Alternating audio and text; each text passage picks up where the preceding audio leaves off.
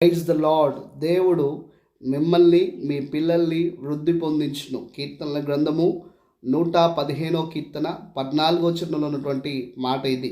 ఈ మాటకు గాను ఒక ఉదాహరణ మనం బైబిల్లోంచి గమనించినట్టయితే ఆదికాండము 21 అధ్యాయంలో ఉన్నటువంటి మాట ఇది. అదేమనగా, అబ్రహాము బహుకాలం గడిచినటువంటి వృద్ధుడై ఉండడు, అతడు యెహోవా చేత అన్ని విషయంలో ఆశీర్వదించబడినని వాక్యం అంటుంది.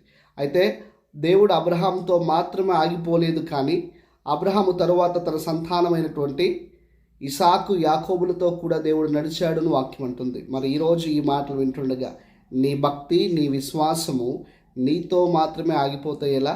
నీ తరువాత తరము వారికి దేవుడు తోడై ఉండాలి కదా, వారిని కూడా దేవుడు దీవించాలి కదా.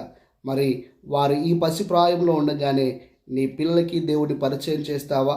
వారు దేవుడి దీవెనలు పొంది వారు అనేకులకు దీవెనదాయంగా ఉండటకు నువ్వు కారణమవుతావా? ఆమేన్.